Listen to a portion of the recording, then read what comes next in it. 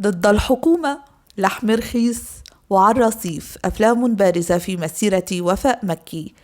ولكن مسلسل ذئاب الجبل هو أول دور بارز ترك انطباعا عند المشاهدين وجعل اسمها حديث الجميع. ولدت وفاء مكي سليمان يوم 12 من سبتمبر سنة 1966 في قرية كفرنواي مركز دفتي بمحافظة الغربية، من أسرة متواضعة. حصلت على دبلوم في التجارة، ولكنها كانت تعشق التمثيل، فاتجهت إلى المجال الفني سنة 1985 وهي لم تتجاوز 21 من العمر. قدمت أدوارا صغيرة، فكانت شخصية مهجة في مسلسل ذئاب الجبل فاتحة خير على الفنانة المبتدئة، وذاع صيتها وأصبحت من فنانات الصف الأول. فانهالت العروض على الممثلة ذات 27 من عمرها في السينما والتلفزيون والمسرح. تزوجت وفاء مكي بأيمن الغزالي، وهو رجل أعمال مشهور في مصر، ولم يعرف تاريخ زواجهما. لم يستمر نجاح الممثلة طويلا، فلقد بدأت حياتها تأخذ منعطفا آخر منذ بداية الألفية الجديدة. في سنة 1998 قدمت إلى منزل وفاء مكي طفلتان صغيرتان من أبنها المنوفية، وهما مروى 16 سنة اشتغلت كخادمة تطبخ وتكنس، وهنادي 14 سنة اشتغلت كلبيسة للفنانة. كانتا شقيقتين، ولم يكن تشغيل طفلتين من الأمور الممنوعة حينها، ولكن كان يعاب على الآباء التفريط في فلذات كبدهم من أجل قروش وضيعة. ولكن كانت تلك حالة أغلب القرى في الوطن العربي، حيث كانت البنات قبل ذلك عارا إلى الممات، فأصبحن مشروعا مربحا لبعض أغلاظ القلوب من الآباء الكسالى. في تلك السنة ستتحول حياة مروى وهنادي فكري عبد الحميد إلى كابوس مرعب. بدأت الفتاتان الخدمة في بيت الفنانة المشهورة بدون أن يدرك أن وراء ذلك الوجه الجميل قسوة من خارج هذا العالم. كانت وفاء مكي وزوجها ووالدتها يقيمون في شقة فاخرة في القاهرة. كانت معاملة الفنانة سيئة للأختين، ما جعلهما تحقدان بطفولية عليها. وبعد رؤية مروى لشخص برفقة وفاء مكي حسب أقوال الجرائد آنذاك في موقف مخل، أرادت الانتقام قليلا من المعاملة الخشنة، فأخبرت زوجها أيمن الغزالي بذلك. حسب مروى فقد استشاط الزوج غضبا وصفع زوجته وخرج من المنزل، ولكن الطفلتان كانتا أمام وحش كاسر غاضب هو وفاء مكي. بعد معرفة أن مروى هي من أفشت إلى الزوج بذلك الخبر، سارعت وفاء مكي إلى تقييد الفتاة وأختها وشل حركتهما بمساعدة أمها ليلى الفار، وأحضرت سكينا ساخنا ووضعته فوق مناطق مختلفة من جسم الطفلتين، وصورتاهما يعترفان بسرقة مصوغات ذهبية. لم تكتفي الفنانة وأمها بذلك، بل نقلت الفتاتان إلى الحمام، وبدأ مسلسل الرعب أو ما يسمى بقضية السلخانة. تعرضت الفتاتان لأنواع مختلفة من السادية والتعذيب، ابتداء من وضع المكواة على الجلد وحلق الشعر إلى محاولة نزع الأظافر بالكماشة، مرورا بالضرب والجلد والنتف والخنق. أشكال وأشكال من التعذيب لا يطيقها العقل الإنساني. استمر مسلسل التعذيب لمدة 21 يوما، حيث أن وفاء مكي وأمها كانتا تجوعان البنتين وتمارسان كل يوم طريقة جديدة في التعذيب. لم يشفع للبنتين صراخهما المتواصل وتوسلاتهما الباكية أمام بشريتين تجردتا من إنسانيتهما.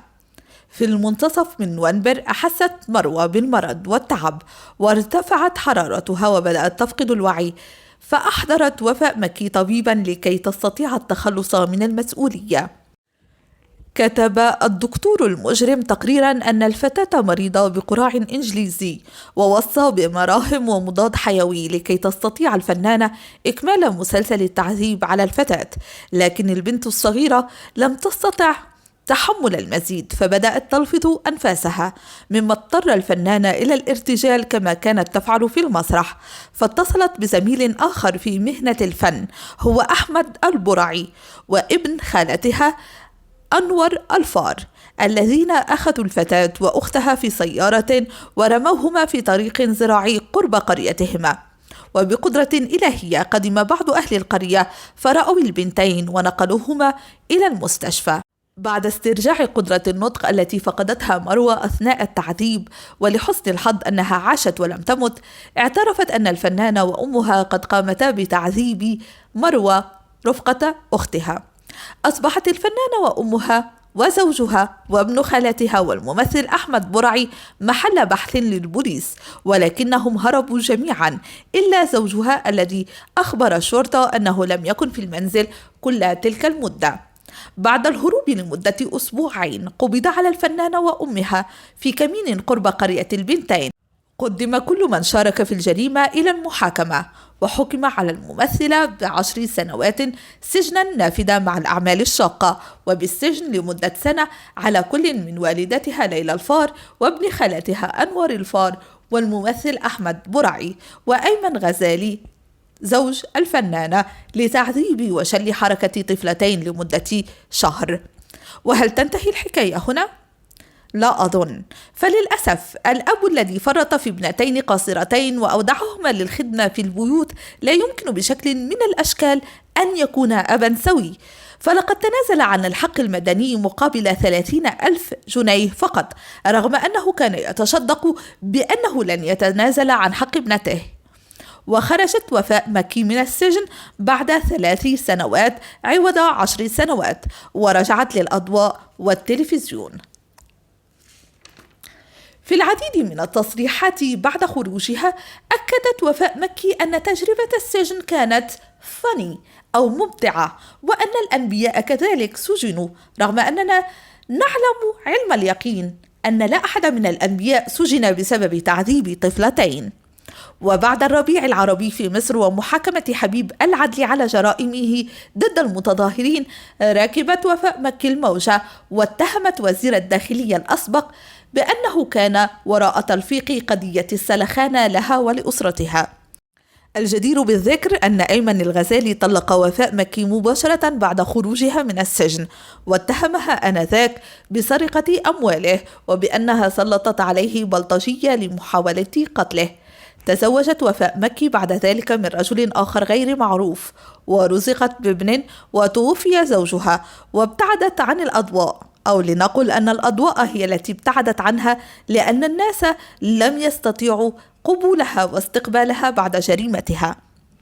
إلى غاية منتصف ديسمبر من سنة 2022، حيث أصبح اسم وفاء مكي ترند في مصر بعد ظهورها المفاجئ في برنامج ما. أعلنت أنها بحاجة إلى المال لتعيش هي وابنها، وأنها تناشد الفنانين والمخرجين لأنها تريد الرجوع إلى العمل في السينما والتلفزيون. لقي طلب وفاء مكي صدى لدى الفنانين، إلا أن أغلب المعلقين ممن شهدوا أطوار القضية في سنة 2001 ما زالوا يتذكرون الألم وآثار التعذيب البادية على مروى فكري عبد الحميد، التي لم أستطع معرفة أي خبر حديث عنها للأسف، كما لم يستطيعوا نسيان تكبر وغرور الفنانة عند لقاءاتها المتكررة بعد خروجها من السجن. فما رأيكم؟ هل فعلا وفاء مكي مظلومة؟ هل هي ضحية لمؤامرة أكبر؟ أم أنها مجرمة سادية بقناع نجمة؟ هنا ينتهي فيديو اليوم، إلى المزيد في أحداث وغموض.